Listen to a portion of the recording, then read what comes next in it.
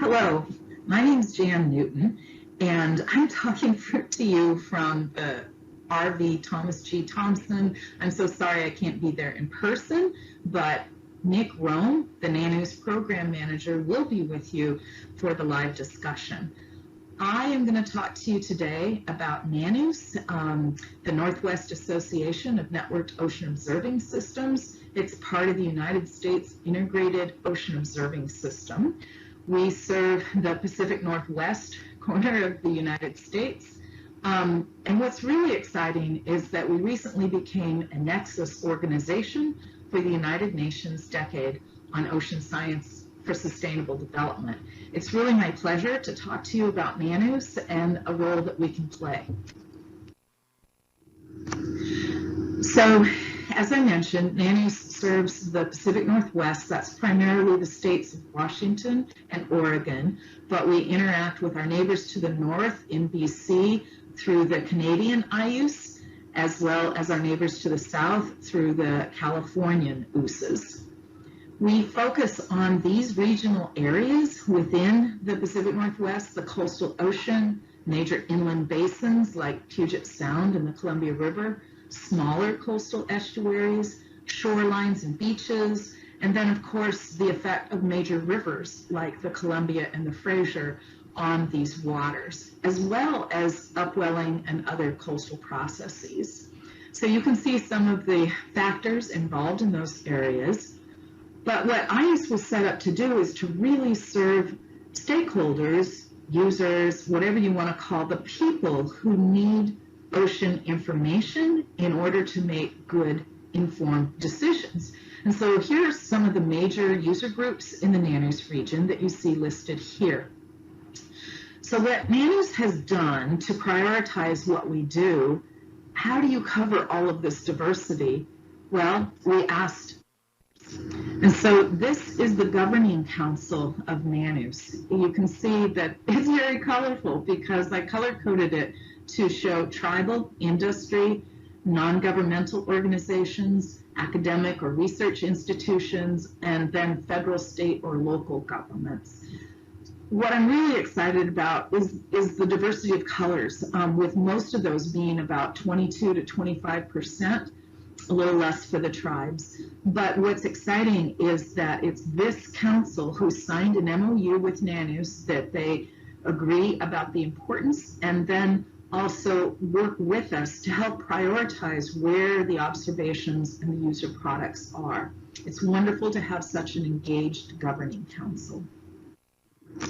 So that governing council has allowed us over the years to define these areas of emphasis. NANOOS started in about 2004, and we defined these 5 areas of emphasis: climate, including things like marine heat waves; coastal hazards, including things like tsunami response or coastal erosion; ecosystem assessment, so issues like the ocean acidification, hypoxia, harmful algal blooms, and other aspects; fisheries and biodiversity, so important. NANOOS has in the past not been able to focus as much on biology, but this is one area we're really seeking to develop even farther.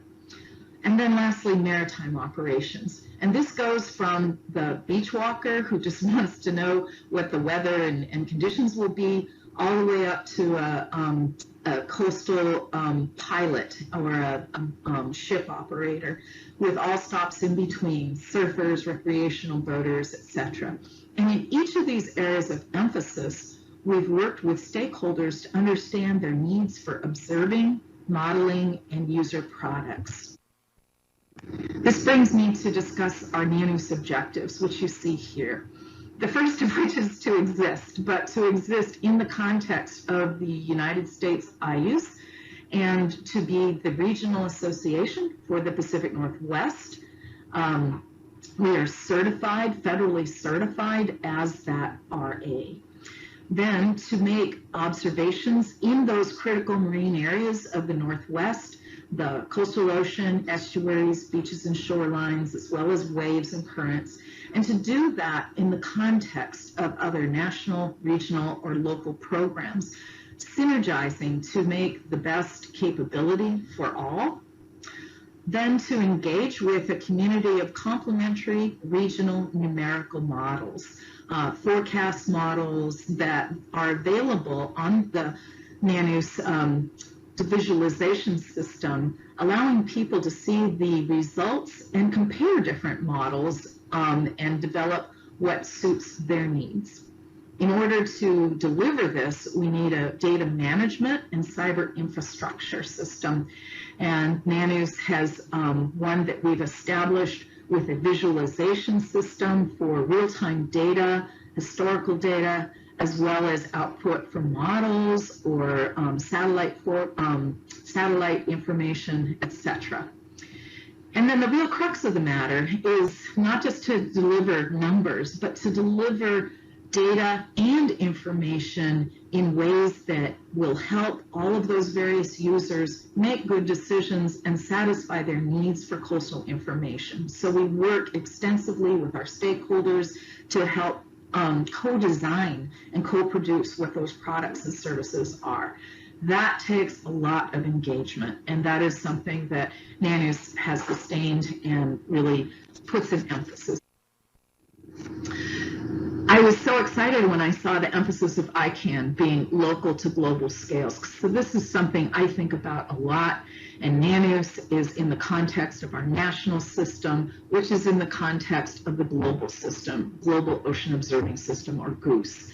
I really feel strong value of a local observing system being embedded in global content.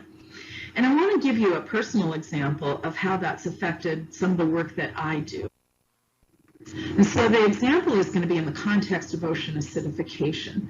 Ocean acidification is a global condition. We see up at the top that picture of PCO2 in all of the ocean basins that has the same slope and the same slope as the CO2, that black line increase.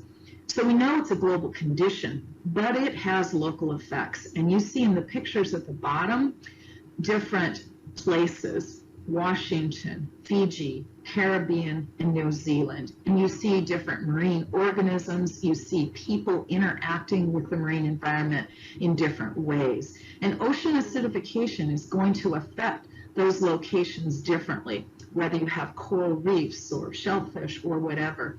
And it's really important that we understand those local effects. So this is the mantra that I and others have said for a long time. OA is a global condition. So OA is a global condition with local effects, and we need local through global scale observations in order to get either correct. You need that global context to understand the local OBS, and you need a mosaic of local OBS if you're really going to understand the global scale. This issue demands our coordination, network skill, and open analysis. The Global Ocean Acidification Observing Network, or GOAN, was established in 2012 to serve these three goals you see and to work across these scales, global to local. NANOOS. Well, here's a really good example of that. NANOOS developed a really exciting data portal, which you see on the left, NVS, NANOOS Visualization System, and this is our app that we designed for shellfish growers, along with the shellfish growers. Each of those assets is relevant to ocean acidification measurements, and then the model that you see, Live Ocean, operated by Parker McCready out of the University of Washington, showing you surface pH as well as a host of other variables that allow 3-day forecasts for people to make decisions. Well, we were very proud of our visualization system, and when GOAN was established, it didn't make sense to recreate the wheel, so we applied NANOOS technology to creating the data portal for GOAN, which you see on the right. Now you have assets from around the world, including gliders, drifters, ships of opportunity, and the output from programs like GLODAP and SOCAN. So it's really exciting to see the synergy and the application of technology. The global to local emphasis really requires the integration of services. And here we see that we even created after this a national portal for IUCE that allows the look on a US level. And you can see some of the function about how you can query different layers such as temperature and the CO2. Another example of how these two scales interact is shown by this forecast modeling product to the end of the century that Samantha Sedlecki at the University of Connecticut has recently published. What you see here is a global model and then this downscaled regional model in the context of that. And what this research revealed is that the downscaled model, while it made the same direction of change for ocean conditions, there were differences, and there were differences for different variables as well. We saw these affected by coastal processes, such as upwelling, such as river plumes. So it's really important that we think about these scales, not only in the context of observations or data, but also in the context of forecast modeling. So we must be integrating these scales backwards and forwards. I'm really. So that brings me to the UN Decade of Ocean Science for Sustainable Development. And NANUS is really excited to play a role. We recently became a Nexus organization in the United States effort, and we're really excited to think about how we can connect the dots of regional issues within a global framework. We offer a platform for engaging local stakeholders into the decade. And we also strive to better connect the broader user community across all of the decade programs. That wheel that you see in the center, which is beautiful and you can't read it, is an image from the OceanObs 19 paper by Melissa Iwamoto and co-authors. And it shows a three-step process for engaging with stakeholders on an iterative fashion. Nick Rome and I were involved in a Ocean Decade Satellite Laboratory just recently, engaging with other decade programs to talk about this process and how we can co-design and co-develop stakeholder products collectively together.